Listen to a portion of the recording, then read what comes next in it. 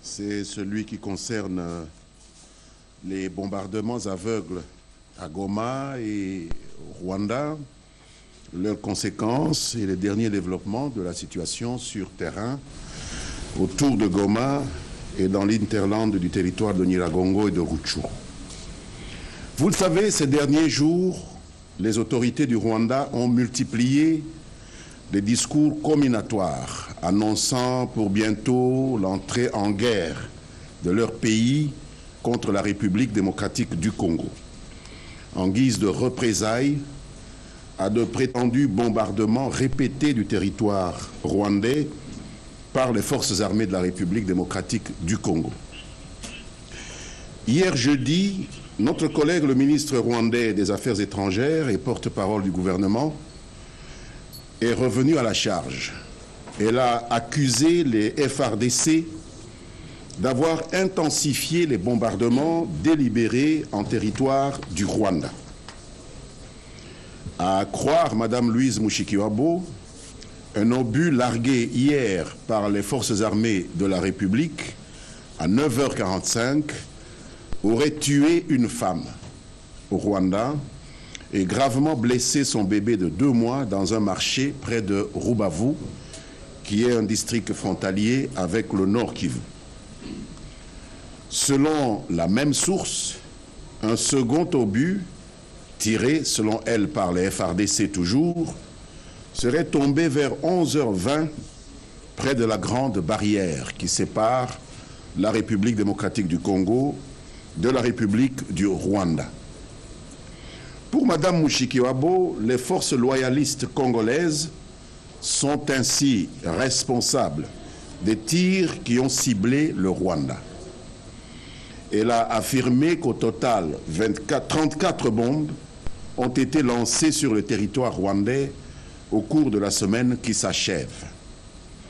Ces propos, vous l'avez suivi, étaient assaisonnés de menaces à peine voilées, car, je cite ses propres propos, « ces provocations ne peuvent plus être tolérées ». Fin de citation.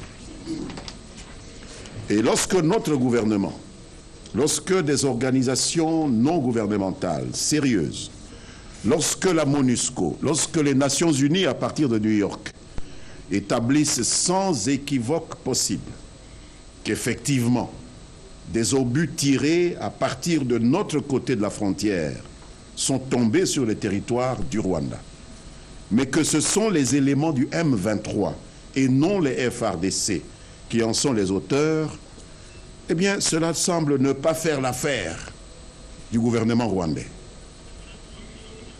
Depuis son quartier général à New York, le sous-secrétaire général des Nations Unies en charge des opérations de maintien de la paix a déclaré hier ce qui suit, citation. La force des Nations Unies est en mesure de confirmer que les tirs qui ont ciblé le territoire rwandais entre le 22 et le 29 août provenaient des positions du M23. Et il continue. La force MONUSCO n'a eu à observer aucune unité des forces armées de la République démocratique du Congo tirant en direction du territoire rwandais durant cette période. Fin de citation. S'agissant des derniers tirs, je vais vous révéler un rapport de la force MONUSCO qui est parvenu à l'équipe du mécanisme conjoint élargi de vérification dans lequel siègent 2 officiers congolais, 2 officiers rwandais, aux côtés de leurs collègues des pays de la conférence internationale sur la région des Grands Lacs. Ce rapport indique ce qui suit. Je vais le lire intégralement. 1. Le 29 août 2013, vers 9h45, un tir de mortier a été effectué par le M23 à partir du lieu dit 3 Tours à Kibati. L'obus est tombé sur le village de Muduvudu, au Rwanda, à près de 200 mètres de la frontière internationale, à proximité du camp Fokolari. Aucun rapport de décès ou dommages corporels n'a été reçu jusque-là. 2. Le bruit de la détonation du tir de mortier a été concrètement localisé comme émanant des 3 tours de Kibati, un lieu qui est sous le contrôle du M23. Nous vous demandons d'effectuer plus d'investigations afin de clarifier la situation pour éviter tout malentendu au sujet de l'origine du tir. Fin de citation.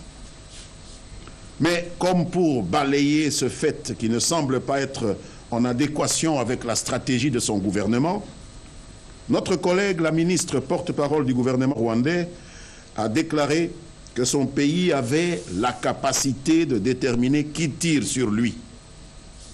Naturellement. Mais je me demande sur quoi elle se fonde pour nous dénier à nous, République démocratique du Congo, la capacité de savoir qui tire à partir de notre propre territoire.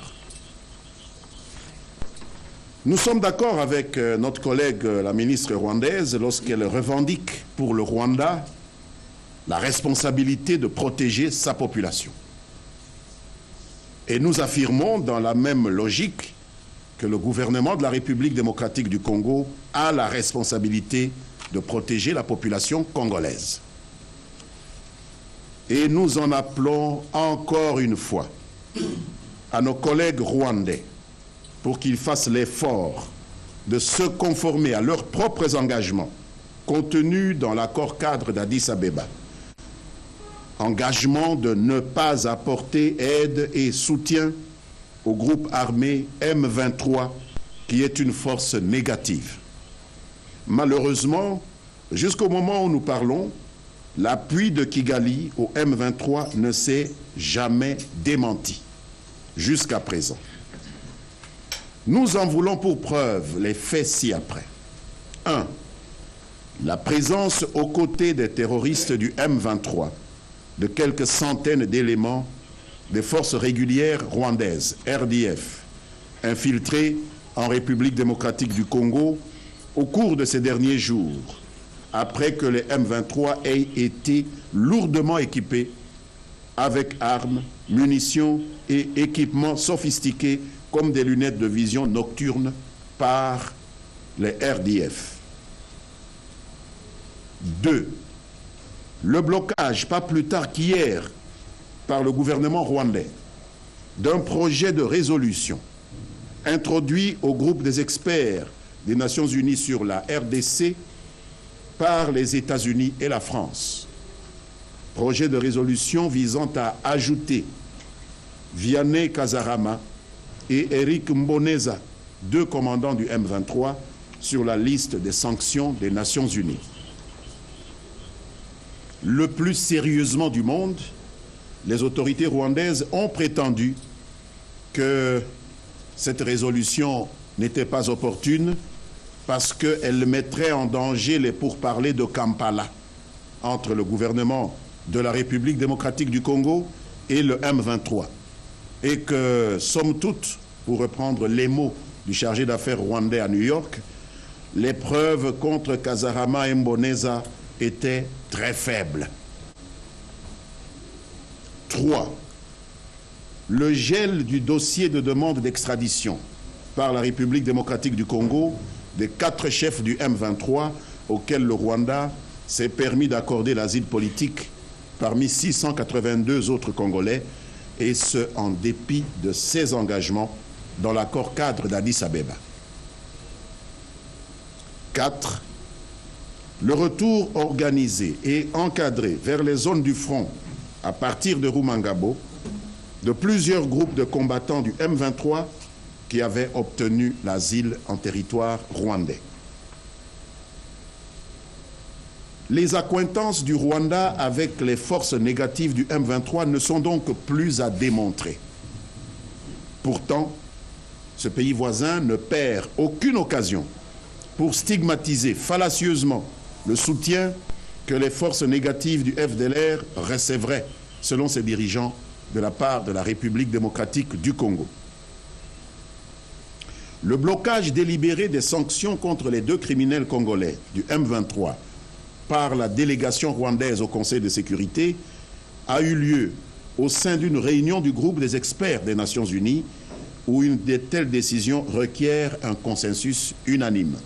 Le Rwanda a pu donc, à lui seul, bloquer cette résolution qui visait pourtant à stabiliser la situation dans la région des Grands Lacs. Et on peut noter que le Rwanda, qui a profité de cette disposition exigeant un consensus unanime pour bloquer les sanctions contre les leaders du M23, a été le seul pays à s'opposer à cette résolution, ce qui démontre le niveau d'isolement vers lequel ce pays est en train de tendre. Son acte a ôté ainsi tout doute sur les intentions de ce pays et sur sa responsabilité dans la crise sécuritaire et humanitaire qui secoue la région des Grands Lacs. Le gouvernement de la République démocratique du Congo, pour sa part, entend relancer ce projet de résolution franco-américain lors d'une réunion ultérieure du Conseil de sécurité afin de réduire les marges de l'impunité dans notre pays et dans l'ensemble de la région. Le gouvernement de la RDC appelle la communauté internationale à le soutenir dans cette croisade contre l'impunité. Les condamnations de principe ne suffisent plus. Il apparaît de plus en plus clairement que le caractère purement symbolique de certaines pressions exercées jusqu'à présent sur les prédateurs belliqueux qui, à partir de Kigali, déstabilisent de manière systémique la région des Grands Lacs, a envoyé le mauvais signal et coûté à nos peuples de nombreuses vies humaines innocentes. Nous engageons les membres de la communauté internationale à mettre en œuvre des sanctions ciblées, des sanctions efficaces contre quiconque porte une responsabilité dans les atrocités qui sèment la mort et la désolation au Nord Kivu. Nous voudrions exprimer ici notre compassion pour les victimes, qu'elles soient congolaises ou rwandaises, de cette barbarie sans limite. Et nous déplorons en même temps l'indifférence de nos collègues rwandais face au calvaire des hommes, des femmes et des enfants de Goma, du fait de leur supplétif du M23, et pour lesquels nous chercherions en vain un simple mot de solidarité dans leur rhétorique belliqueuse des derniers jours.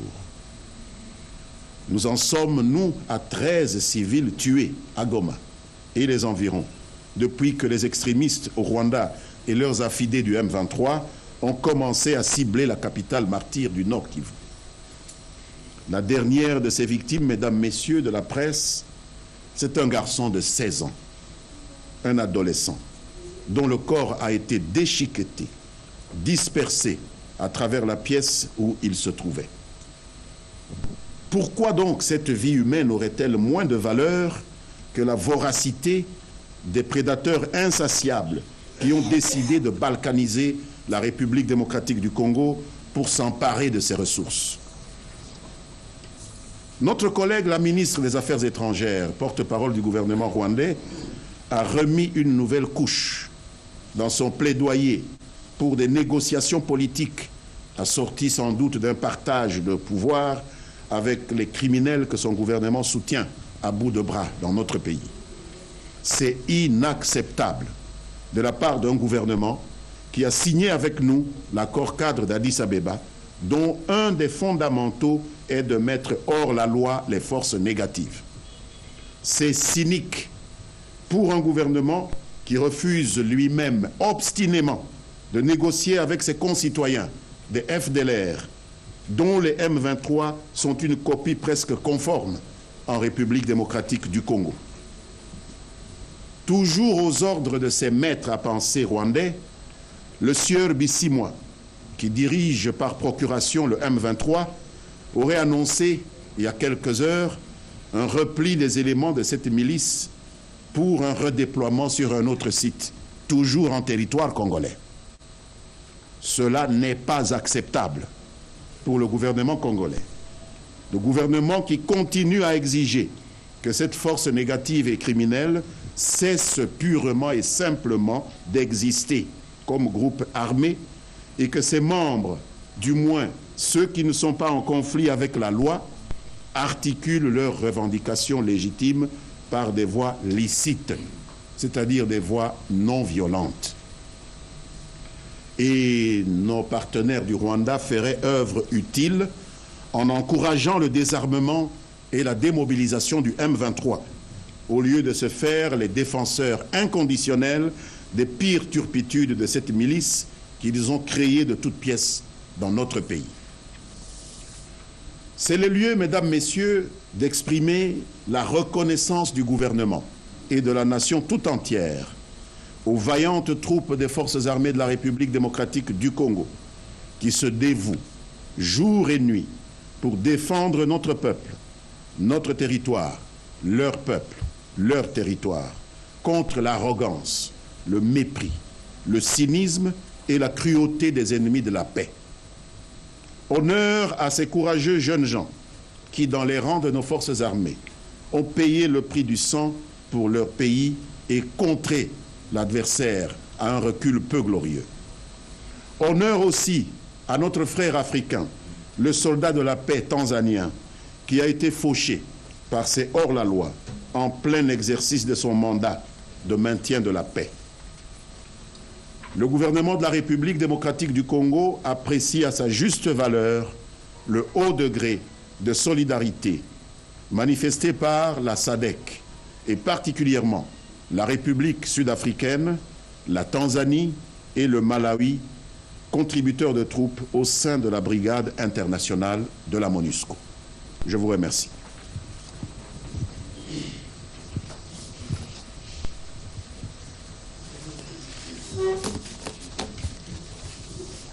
Monsieur le ministre, Marc Jourdier, AFP, est-ce que vous êtes en mesure de nous faire un point sur l'évolution des derniers combats de ces 2 derniers jours au niveau des 3 antennes? Est-ce que les objectifs qui étaient de dégager les positions du M23 ont pu être atteints?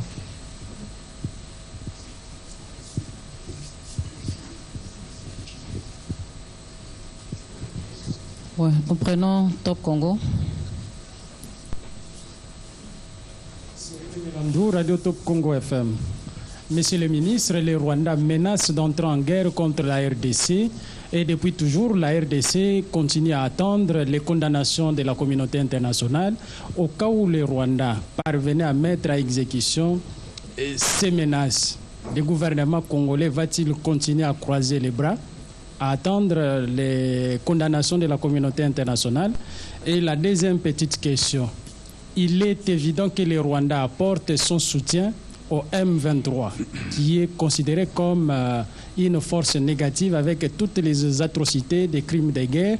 Pourquoi cette fois-ci, comme cela est bien attesté par différents rapports, que la RDC puisse porter plainte devant la Cour pénale internationale en passant par le Conseil de sécurité contre le président rwandais? Merci beaucoup.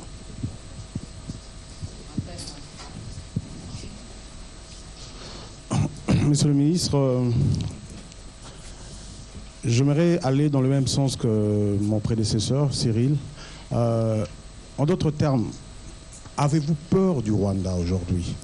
Parce qu'il a dit le Rwanda s'apprête à entrer en guerre avec la RDC.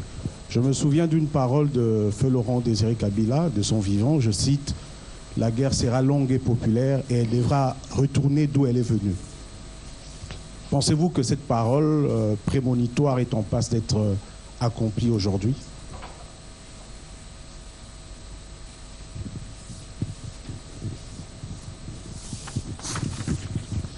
Monsieur le ministre, j'ai juste une petite préoccupation. Vous pensez que le Rwanda est seul dans ce combat contre la RDC, étant donné que hier, le gouvernement congolais a décidé d'expulser un officier ougandais, membre de la commission de vérification, de la commission conjointe de vérification, et qui représentait justement son pays, l'Ouganda, dans cette commission, dans cette structure.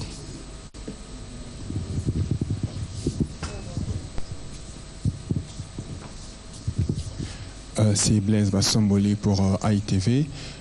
Monsieur le ministre, le Conseil de sécurité l'a dit que le M23 tire au Rwanda pour que le Rwanda puisse répliquer et qu'il y ait de morts de civils à Goma. On le sait, les négociations à Kampala sont au point mort. Les concertations nationales doivent commencer à Kinshasa la semaine prochaine. Est-ce que vous ne pensez pas que c'est une stratégie du M23 pour venir, pour faire monter les enchères et participer finalement aux concertations qui commencent la semaine prochaine? Merci. Passons le micro à Africa TV pour une question, s'il vous plaît. Une seule question. Abedi, la question est celle de savoir, après toutes ces menaces du gouvernement rwandais, est-ce que la République démocratique du Congo ne va-t-elle pas déclarer non grata l'ambassadeur du Rwanda au Congo, d'autant plus que la RDC a déjà rappelé son ambassadeur au Rwanda? Merci.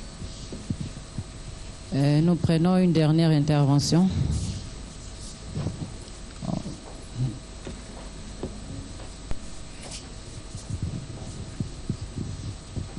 C'est Jean-Luc Ouman de FTGA. Monsieur le ministre, je veux savoir aujourd'hui où se trouvent les FARDC. Est-ce qu'ils ont reconquis la localité de Kibumba? Merci.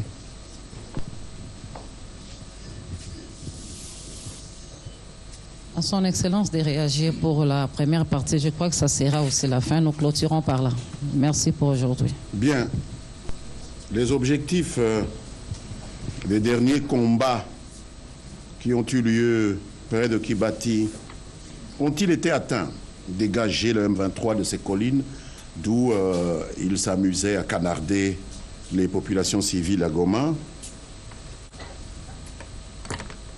Les combats ont commencé comme une réponse à une attaque délibérée des forces qui constituent cette coalition que l'on appelle M23, parce qu'il n'y a pas que ceux qui se baptisent M23 là-dedans. Vous avez des unités régulières en provenance du Rwanda qui constituent pratiquement l'ossature de ce dispositif et qui ont attaqué les casernes de FARDC. Il a fallu répondre à cela, et qui se sont mis aussi à canarder la ville. Il a fallu les éloigner pour faire en sorte que la ville soit plus ou moins sécurisée. C'est progressif.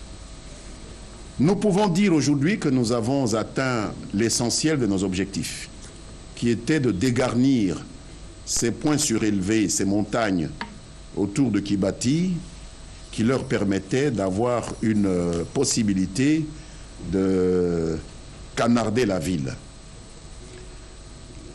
La plupart des montagnes autour de lieux-dits, les 3 tours de Kibati, sont maintenant contrôlées par les FARDC. Il me semble que c'est sous la pression militaire que les milices du M23 sont en train de quitter leur dernier réduit dans cet espace-là. Ce n'est pas par philanthropie ou par amour patriotique ou par conversion, je ne sais pas, chrétienne, qu'ils ont soudain pitié des populations de Goma.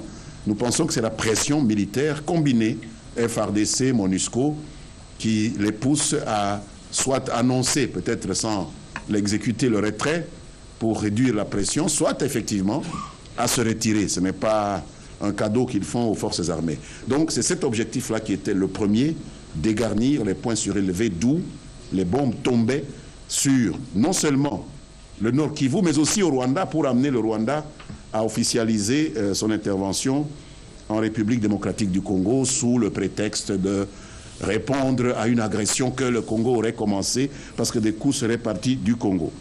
Donc c'est un objectif qui est en train d'être atteint, qui a été atteint déjà à 75-80%. S'il se retire effectivement des trois tours, eh bien on pourra dire que cette première étape aura atteint ses objectifs. Mais il y a l'étape globale. Les FARDC ne sont pas là pour se partager un territoire dans le Nord Kivu avec des groupes irréguliers et surtout pas avec une armée étrangère qui occuperait une partie de notre territoire selon une sorte d'arrangement entre gentlemen. Pas du tout. Les FARDC sont là pour sécuriser l'ensemble du territoire congolais. Donc tant qu'un seul centimètre carré du Nord Kivu sera occupé par le M23 et ses maîtres, les FARDC n'auront pas atteint leurs objectifs. Mais comme il s'agit d'objectifs par palier, nous pouvons considérer que le premier palier est en train d'être accompli. C'est pourquoi nous félicitons les FARDC. Mais elles savent bien qu'il faut aller jusqu'au bout. Il faut libérer complètement le territoire congolais. Il n'est pas interdit aux gens qui sont aujourd'hui dans le M23 d'articuler des revendications, mais il est interdit de porter des armes pour ce faire. Et c'est ça que nous allons appliquer, puisque telle est notre loi, tel est le droit international, et on nous l'a rappelé suffisamment dans l'accord cadre d'Addis Abeba, tout autant que dans la résolution 2098 du Conseil de sécurité des Nations Unies. La deuxième question de Top Congo sur les menaces du Rwanda à notre égard. Le Rwanda menace, dit-il. Nous, on attend une condamnation de la communauté internationale. On croise les bras, etc. Non, je pense que c'est une définition totalement biaisée de la situation. Le gouvernement ne lit pas ces événements comme limités à une simple menace. Il y a les roulements de mécanique que l'on fait pour trouver une justification, mais une justification à quelque chose qui est en train de se faire. Il y a des centaines d'éléments des forces régulières rwandaises qui ont déjà traversé subrepticement la frontière. Leur présence n'est pas justifiable. Alors on essaye d'utiliser ces coups de canon qu'on a demandé au M23 de tirer vers le Rwanda pour justement essayer d'officialiser, de normaliser quelque chose qui est en cours. Donc on ne peut pas dire que le Rwanda attend que nous lui donnions l'occasion. Il est déjà là, il cherche simplement la justification. La question est, depuis qu'il est là, est-ce que nous nous sommes croisés les bras? Vous comme moi, vous savez que c'est faux. Nous nous défendons. C'est pourquoi ils n'ont pas pu avancer. C'est pourquoi ils ont reculé. C'est pourquoi ils sont en train d'annoncer qu'ils vont quitter les 3 tours à Kibati. Donc les forces armées n'ont pas croisé les bras. Le gouvernement n'a pas croisé les bras. On se bat, on s'est battu, et les pertes qui ont été infligées à nos assaillants sont probablement 10 fois plus lourdes que celles que nous avons dû subir. Ces jeunes gens dont j'ai salué la mémoire ici, ils ont montré leur bravoure. Il y a beaucoup d'ennemis qui ont laissé leur vie sur le théâtre des opérations. Ça vous montre que le gouvernement ne sait pas croiser les bras, sinon on n'allait pas perdre ces éléments et l'ennemi n'allait pas perdre autant de gens, autant d'armes qui sont passées entre nos mains. On n'aurait pas pris le contrôle de ces collines dans lesquelles se trouvait l'ennemi. Ce n'est pas en se croisant les bras qu'on prend une colline. Ce n'est pas en se croisant les bras qu'un ennemi meurt. Donc on se bat. On se bat. Ce n'est pas par des simples discours. Il y a aussi le combat sur terrain. Il n'y a pas de bras croisés ici. Ce qui ne nous empêche pas, ce n'est pas parce que nous nous battons que nous ne pouvons pas en appeler à la communauté internationale, étant donné que c'est de l'extérieur que nous vient cette menace. Et nous sommes membres de la communauté internationale. Il existe des normes, il existe des règles qui font qu'il est interdit à un pays de s'en prendre à un autre pays militairement. Et il est prévu des mécanismes que les nations civilisées ont mis en place pour constater, faire cesser, agir par diverses pressions, y compris la pression militaire, pour faire cesser de telles agressions. Pourquoi voulez-vous que nous renoncions à faire appel à nos partenaires de la communauté internationale pour cela? Ce n'est pas parce qu'on se bat qu'on ne peut pas faire appel à la communauté internationale, et ce n'est pas parce qu'on fait appel à la communauté internationale qu'on ne se bat pas. Donc il faut comprendre que tous ces mécanismes-là sont en jeu. Je vous renvoie aux propos du chef de l'État. Toutes les options sont sur la table. L'option militaire, ça c'est les batailles. L'option politique, c'est ce que nous faisons ici à Kinshasa bientôt. C'est ce qu'on a tenté de faire à Kampala. Et l'option diplomatique, c'est ce que nous faisons à Addis Abeba, à New York et un peu partout. Le Rwanda apporte son soutien à une force négative. Pourquoi pas une plainte contre le président rwandais? C'est une idée. Nous pensons que la communauté internationale vient de comprendre la justesse de nos dénonciations il n'y a même pas 48 heures. Nous pensons que de tels développements, s'il n'y a pas entre-temps un entendement beaucoup plus positif dans la région, on va devoir se diriger vers de telles extrémités. Parce qu'il y a des juridictions internationales qui existent. Nous avons déjà eu affaire avec l'Ouganda pour d'autres problèmes et nous avons comparu et l'Ouganda a été condamné. Rien n'interdit que nous puissions faire de même pour le Rwanda maintenant. Mais ce n'est pas encore fait parce que les faits, la reconnaissance par la communauté internationale de ces faits est trop récente pour qu'on puisse, c'est hier soir je crois, pour qu'on puisse en tirer déjà des conséquences pratiques aussi intéressantes.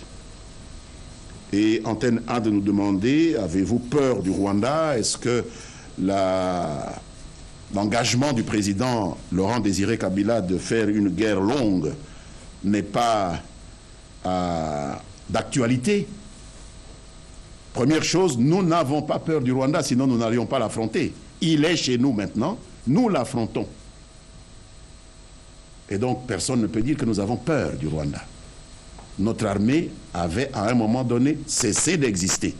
Sur les raisons de cette cessation d'exister, chacun a certainement une petite idée, mais depuis 2009, nous avons remis en selle une armée et les premiers comportements de cette armée ne sont pas décevants parce qu'elle a affronté et elle a repoussé et elle est en train de nous montrer de quoi une armée sérieuse, prise en main par un commandant en chef sérieux, est capable. Il n'y a pas de peur. Personne ne peut justifier d'avoir peur lorsqu'il défend ce qui est à lui, lorsqu'il défend une valeur aussi essentielle que l'existence de son pays. Tuez-moi, mais on ne me fera jamais renoncer à l'idée que mon pays est à moi. Je pense que c'est ça, la quintessence de notre problématique au Nord Kivu. Il n'y a pas de peur. La guerre, nous la souhaitons courte, nous ne la souhaitons même pas, mais chaque fois qu'on nous la fait, nous y répondons. Et si ceux qui la font la veulent longue, eh bien elle sera longue. Elle sera longue, mais nous devons toujours avoir en tête que personne ne viendra plus jamais impunément dans ce pays faire ce qu'il veut, écraser notre peuple, tuer nos enfants, nos femmes, nos vieillards, et croire qu'il peut rester à contrôler notre territoire et ses richesses. Je ne peux pas en dire plus parce que sinon ça devient des rodomontades tout à fait inutiles. C'est l'action qui compte. Quant à la question de RFI, de savoir si le Rwanda est seul ou pas seul dans ce combat, il nous rappelle une mesure radicale que notre gouvernement a prise contre le général Muhwezi, général ougandais qui dirigeait le mécanisme élargi de vérification qui fonctionne avec des officiers des armées des 11 pays de la CIRGL. Nous avons fait partir le général Muhwezi pour des comportements personnels qu'il a adoptés dans l'exercice de son mandat, qui ne cachait pas son parti pris pour le M23 et les maîtres du M23. Et donc nous avions considéré que cela n'était pas conforme à la neutralité requise par quiconque représente son pays au niveau des instances de la CIRGL. Et donc ce n'est pas jusqu'à présent quelque chose qui est lié au gouvernement ougandais comme tel, c'est le comportement d'un représentant de l'Ouganda. Ils sont deux, mais l'autre n'a pas subi les foudres de notre mécontentement. Il s'agit de lui, donc il faut savoir faire la part des choses entre un comportement individuel et un comportement qui représenterait le point de vue du gouvernement. Nous n'allons pas engager une querelle avec un gouvernement parce que un de ses membres a fauté alors qu'il y a un autre qui apparemment se comporte correctement. Donc nous n'en sommes pas encore là, mais nous avons expulsé la personne et nous attendons maintenant la désignation d'un nouveau commandant pour ce mécanisme, mais nous n'accepterons jamais quelqu'un qui vient soi-disant pour mettre de l'animation dans une structure qui est théoriquement neutre et qui se comporte en totale partialité. Ça, c'est quelque chose de très clair. Pour nous, ça n'a rien à voir avec les sentiments que nous avons vis-à-vis d'un pays ou d'un autre. ITV, pour le Conseil de sécurité, c'est le M23 qui tire sur le Rwanda. Et les discussions de Kampala sont au point mort. Est-ce que les attaques sur Goma ne sont pas un moyen pour le M23 de monter les enchères pour les concertations nationales ou être invité aux concertations nationales? Si tel est le cas, alors il faut convenir qu'ils ont échoué. Parce que nous n'allons pas inviter le M23 aux concertations nationales. Ce n'est pas prévu. On parle avec eux à Kampala, ça s'arrête là. Et nous attendons une solution à Kampala, parce que les conclusions des parts et d'autres ont été déposées. Il faut que le facilitateur nous donne la synthèse de ces conclusions-là et nous les soumette pour approbation. Mais il est hors de question que nous envoyions le signal de banalisation de la criminalité à l'occasion de concertations où nous voulons refonder la cohésion autour des valeurs essentielles de la nation.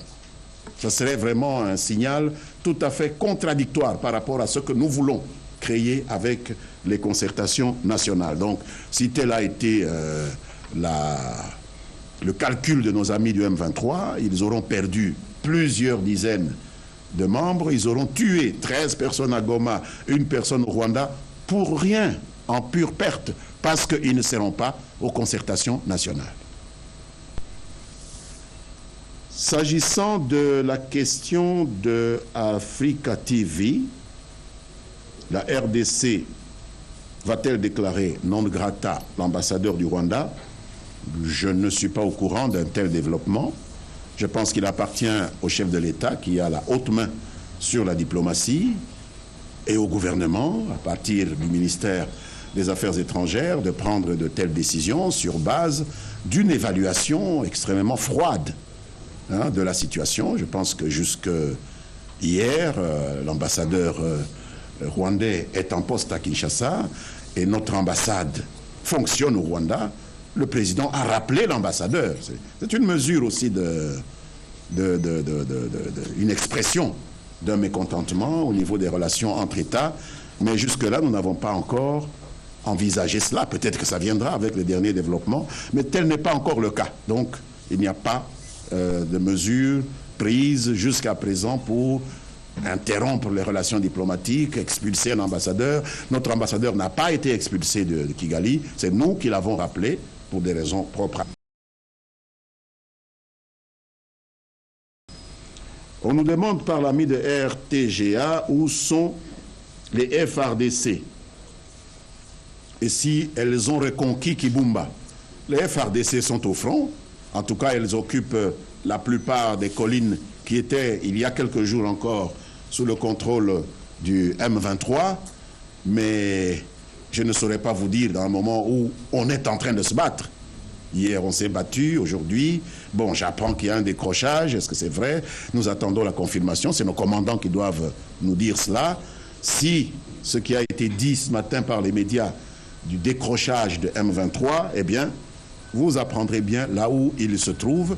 Mais l'essentiel pour nous, ce n'est pas de savoir si ils ont reconquis Kibumba aujourd'hui, si demain ils seront à Kanyaruchinya ou quoi, si tout Kibati est sous leur contrôle.